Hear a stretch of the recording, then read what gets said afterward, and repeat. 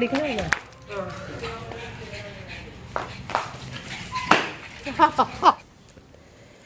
Hello friends, എല്ലാവർക്കും നല്ലൊരു ദിവസം ആശംസിക്കുന്നു. ഇന്നത്തെ വീഡിയോയിൽ പ്രത്യേകിച്ച് കണ്ടൻ്റ് ഒന്നും ഇല്ലെന്നുണ്ടെങ്കിലും നിങ്ങൾ റൂബിനെ കാണാൻ വേണ്ടിയിട്ടും റൂബിയുടെ കാര്യങ്ങൾ അറിയാൻ വേണ്ടിയിട്ടും കാത്തിരിക്കുന്നുണ്ടെന്നറിയാം. അതുകൊണ്ടാണ് ഞാൻ ഈ ചെറിയൊരു വീഡിയോ ഇട്ടത്. അപ്പോൾ നമ്മളുടെ രാവിലത്തെ പുട്ടും പയറുമാണ് കേട്ടോ. അപ്പോൾ പപ്പയ്ക്ക് വേണ്ടി എടുത്തതാണ്, പപ്പയുണ്ട്.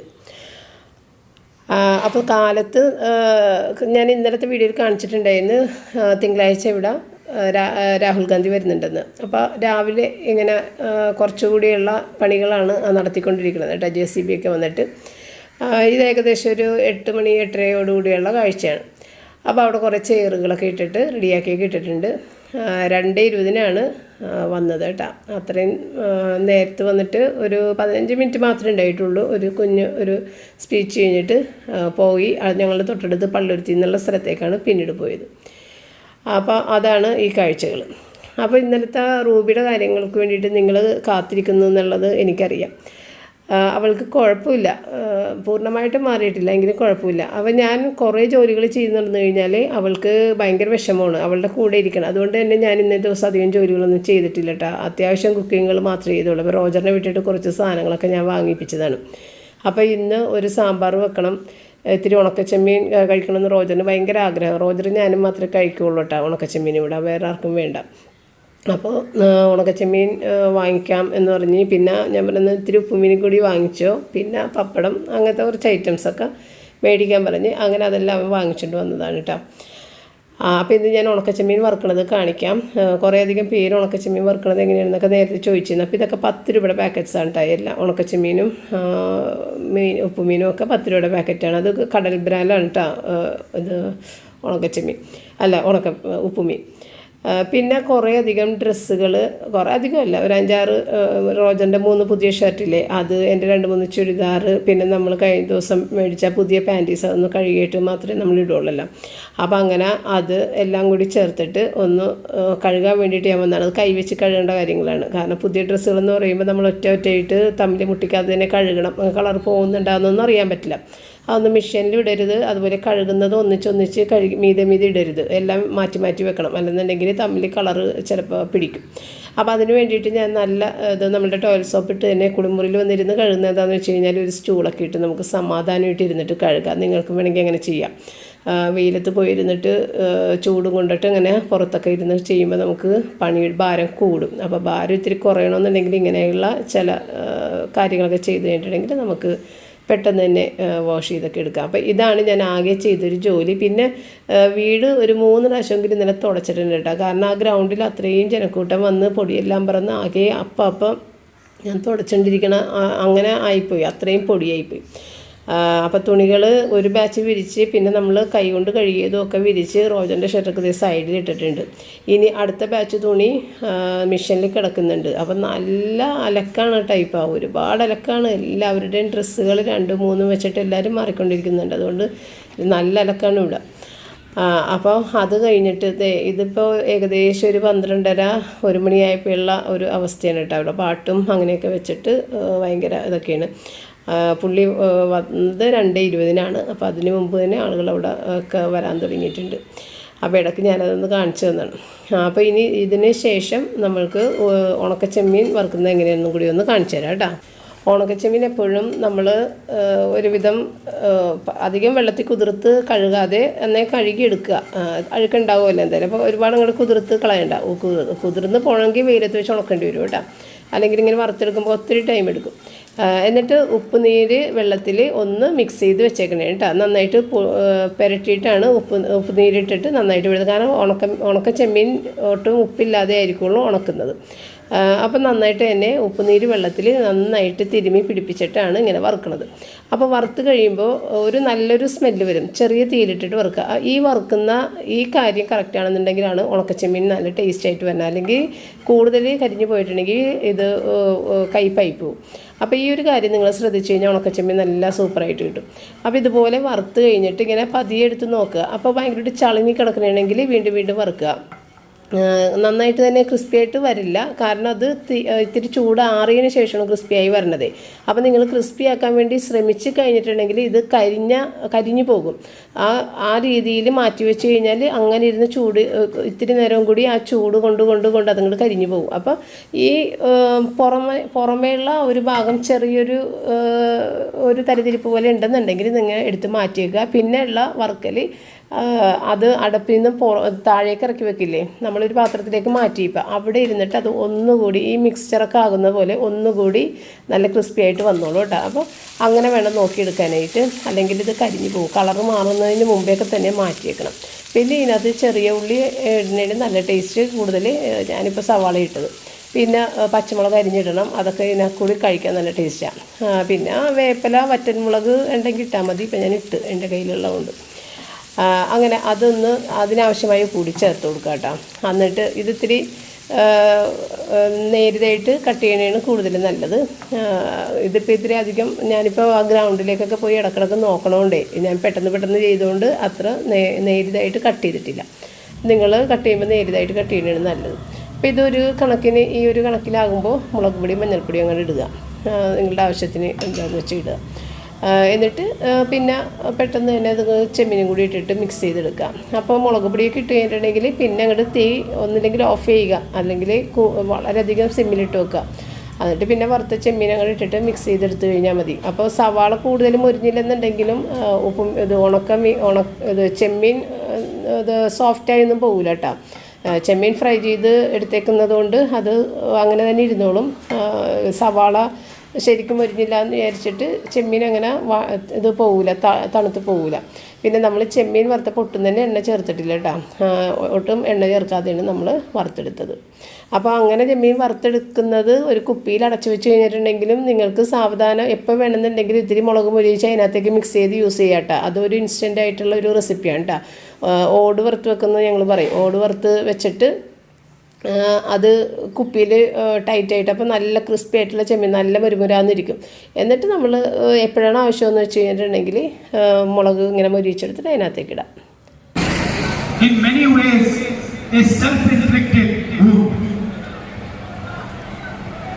This is a self-inflicted wound. ഒരു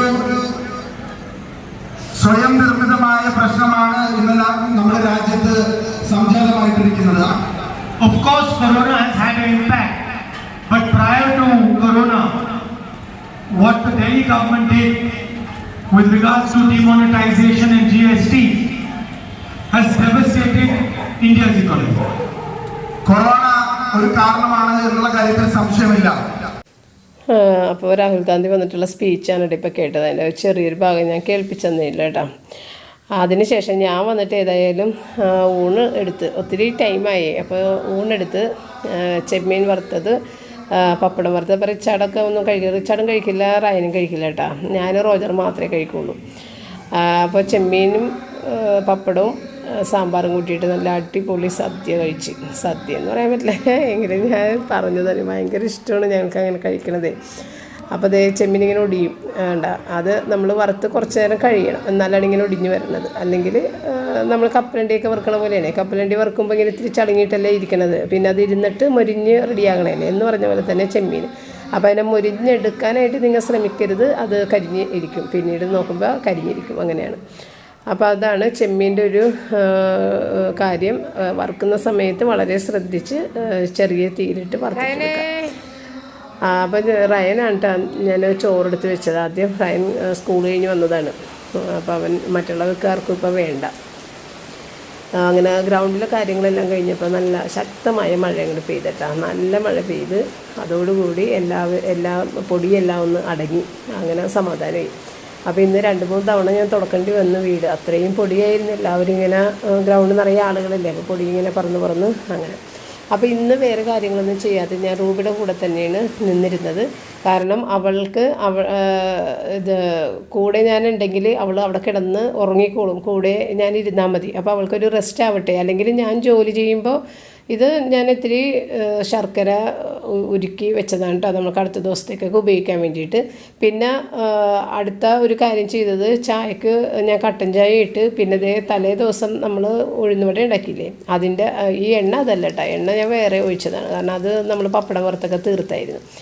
അപ്പോൾ ആ ഉഴുന്നുവടയുടെ ബാറ്റർ ഇവിടെ അധികമായിട്ട് ഫ്രിഡ്ജിലെടുത്ത് വെച്ചിട്ടുണ്ടായിരുന്നു. അപ്പോൾ നമ്മളുടെ മുസ്ലിം സഹോദരിമാർക്കൊക്കെ ഇങ്ങനെ ചെയ്യാം. ഈ ബാറ്റർ ഉണ്ടാക്കി പൊങ്ങിയ ബാറ്റർ ഫ്രിഡ്ജിൽ വെച്ച് കഴിഞ്ഞിട്ടുണ്ടെങ്കിൽ നിങ്ങൾക്ക് നോമ്പിൻ്റെ നോമ്പ് തുറക്കുന്ന ടൈമിലൊക്കെ പെട്ടെന്ന് ഫ്രൈ ചെയ്തെടുക്കാം. അതിനകത്ത് നിന്ന് എടുത്തിട്ട് അത് കൂടുതൽ ടേസ്റ്റും കൂടുതൽ ക്രിസ്പിയാണ് കേട്ടോ. ഫ്രിഡ്ജിൽ വെച്ചിട്ട് ആ തണുപ്പങ്ങോട്ട് മാറുന്നതിന് മുൻപ് തന്നെ എടുത്തിട്ട് ഫ്രൈ ചെയ്യാനിടുക, നല്ല അടിപൊളിയായിട്ട് കിട്ടും. നമ്മൾ ഫ്രഷായിട്ട് ചെയ്യുന്നതിനും അത് ഞാൻ മറ്റേ വീഡിയോയിൽ ഞാൻ പറഞ്ഞിട്ടുണ്ട് നിങ്ങളുടെ അടുത്ത്, അടുക്കള ചാനലിൽ ഇതിനെക്കുറിച്ചുള്ള വീഡിയോ ഇട്ടിട്ടില്ലേ, അതിനകത്ത് പറഞ്ഞിട്ടുണ്ട്. അപ്പോൾ ഇതേ നമ്മളുടെ റൂബി ഒരു കുഴപ്പമില്ലാതെ ഓടിക്കളിക്കുന്നുണ്ട്. ഇത് രാത്രിയാണ്. അപ്പോൾ റൂബിക്ക് ഉച്ച സമയത്തും ഒക്കെ നല്ല റെസ്റ്റ് ഞാൻ കൊടുത്ത് ഞാൻ അവളെ കൂടി തന്നെ കിടന്ന് അവൾ ഉറങ്ങി. ഞാൻ കൂടെ ഉണ്ടെങ്കിൽ അവളങ്ങനെ നടക്കില്ല, അല്ലെങ്കിൽ ഞാൻ ജോലി ചെയ്യണതിന് പിന്നാലെ അവൾക്ക് റെസ്റ്റ് ഇല്ലാതെ ഇങ്ങനെ നടപ്പാണേ. അപ്പോൾ അത് കണ്ടിട്ട് എനിക്ക് സങ്കടം വന്നിട്ട് ഇന്ന് ഞാനൊരു ജോലിയും ചെയ്തില്ല, കൂടുതലായിട്ട് കുക്കിംഗ് മാത്രമേ ചെയ്തുള്ളൂ. അപ്പോൾ അങ്ങനെ അവൾക്ക് നല്ല റെസ്റ്റ് കൊടുത്ത് അതുപോലെ മരുന്നും ഒക്കെ കൊടുത്തു കഴിഞ്ഞപ്പോഴത്തേക്ക് അവൾ ഓക്കെ ആയിട്ടുണ്ട്. ഇനി ട്യൂസ്ഡേക്ക് കുറേയധികം ദിവസം കഴിയാതെ കൊടുക്കാൻ പറ്റില്ല, കാരണം ട്യൂസ്ഡേക്ക് അവൾക്ക് ഭയങ്കര ഇഷ്ടമാണ്. അപ്പോൾ നമ്മൾ കൊടുത്ത് പോകും അവളുടെ ഇൻട്രസ്റ്റ് കാണുമ്പോൾ. ഒരെണ്ണം രണ്ടെണ്ണം ഒക്കെ കൊടുക്കാം, അധികം കൊടുക്കരുത്. അപ്പോൾ അങ്ങനെ അവൾ ഓക്കെ ആയിട്ടുണ്ട്. പിന്നെ വേറെ കുഴപ്പങ്ങളൊന്നുമില്ല. അവൾക്ക് ഇടയ്ക്കിങ്ങനെ അവളുടെ പ്രായം മാറി വരണ അനുസരിച്ചിട്ടുള്ള വ്യത്യാസങ്ങളുണ്ട്. പിന്നെ ഇവൾ പ്രസവിച്ചിട്ടില്ലല്ലോ, അപ്പോൾ അതിൻ്റെ കുറച്ച് പ്രോബ്ലങ്ങളുണ്ട് കേട്ടോ. അപ്പോൾ പ്രസവിക്കുന്ന കാര്യങ്ങളൊക്കെ ഇവൾക്ക് എങ്ങനെയാണെന്ന് ഞങ്ങൾക്ക് അറിയില്ല. കാരണം ഇവൾ എൻ്റെ അടുത്ത് നിന്ന് മാറാത്തൊരു ഡോഗായതുകൊണ്ട് തന്നെ ഒരാളുടെ വീട്ടിലും പോയി ഇങ്ങനെ മെയ്റ്റ് ചെയ്യാനായിട്ട് നിർത്താനും പറ്റില്ല. വേറെ ഡോഗിനെ ഇവിടെ കൊണ്ടുവന്ന് കഴിഞ്ഞാലും അവൾ ഭയങ്കര ദേഷ്യത്തിൽ അവരെ ഓടിച്ചു വിടുകയാണ് ചെയ്യുന്നത്. നേരത്തെ ഞങ്ങളിങ്ങനെ കൊണ്ടുവന്നിട്ടുണ്ട്. അപ്പോൾ അവൾ എൻ്റെ അടുത്ത് നിന്ന് പോവുകയില്ല, ആ ഡോഗിനെ കടിക്കാനൊക്കെ ചെല്ലും, അങ്ങനെയൊക്കെ ആയിരുന്നു. അതുകൊണ്ട് പിന്നെ അതും നടക്കുന്നില്ല, അങ്ങനത്തെ ഒരു വിഷമമാണ്. അപ്പോൾ അങ്ങനത്തെ കുറേ കാര്യങ്ങൾ. പിന്നെ വേറെ വിശേഷങ്ങളൊന്നുമില്ല. അപ്പോൾ റൂബിയുടെ കാര്യം നിങ്ങൾക്ക് കാണിച്ചു തരണമല്ലോ. ആ റൂബിനെ നിങ്ങൾ കാണുമ്പോൾ അല്ലെങ്കിൽ ഇന്നത്തെ വീഡിയോ കണ്ടില്ലെങ്കിൽ നിങ്ങൾ വിചാരിക്കും റൂബിക്ക് തീരെ വയ്യാഞ്ഞിട്ടായിരിക്കും ചേച്ചി വീഡിയോ ഇടാത്തതെന്ന് വിചാരിക്കും. റൂബിക്ക് കുഴപ്പമൊന്നുമില്ല. ഇപ്പം ഇന്നലെ രാത്രിയത്തെ അവസ്ഥ ഇപ്പം ഞാൻ രാവിലെയാണ് വീഡിയോ ഡബ് ചെയ്യണത്. എൻ്റെ കൂടെ ഇവിടെ കിടക്കുന്നുണ്ട്, കുഴപ്പമൊന്നുമില്ല കേട്ടോ, നല്ലതായിട്ട് തന്നെ ഇരിക്കുന്നുണ്ട്. അപ്പോൾ ഇന്നലെ രാത്രിയൊക്കെ നല്ല സുഖമായതുകൊണ്ടാണ് ഇങ്ങനെ ഓടിക്കളിക്കണത് കേട്ടോ. അല്ലെന്നുണ്ടെങ്കിൽ അവൾ ഓടിക്കളിക്കൊന്നുമില്ല, മാറിക്കിടക്കും. പക്ഷെ അന്നത്തെ സീൻ കണ്ടു കഴിഞ്ഞാൽ പെറ്റിനോട് സ്നേഹമുള്ളവരൊക്കെ ആകെ വിഷമിച്ചു പോയേനെ. അങ്ങനെ ആയിരുന്നു അവൾ കാണിച്ചത്.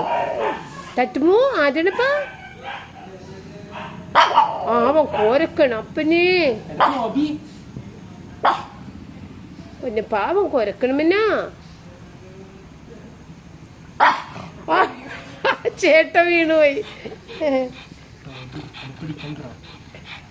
ഇരുട്ടാക്കി കളഞ്ഞ നീ ലൈറ്റ് ഓഫ് ചെയ്തിട്ട്. പൊന്നപ്പാ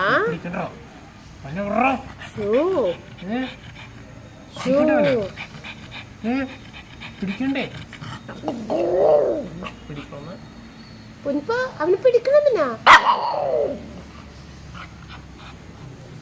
ഇരുട്ടാക്കിയല്ലടാ ഇവിടെയൊക്കെ പൊന്നാ.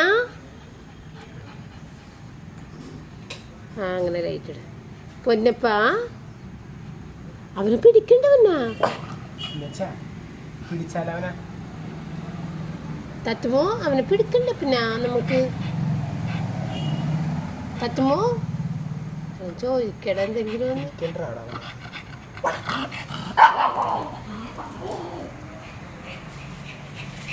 തത്തോ പൊന്നാ തത്തുമോ മമ്മയുടെ അടുത്തിരിക്കാന്ന്. നീ പിടിച്ചിട്ടും വന്ന് ചേട്ട പിടിച്ചിങ്ങോട്ട് കൊണ്ടുവന്നാൽ മതി, ഞാനിവിടെ ഇരിക്കാന്ന്.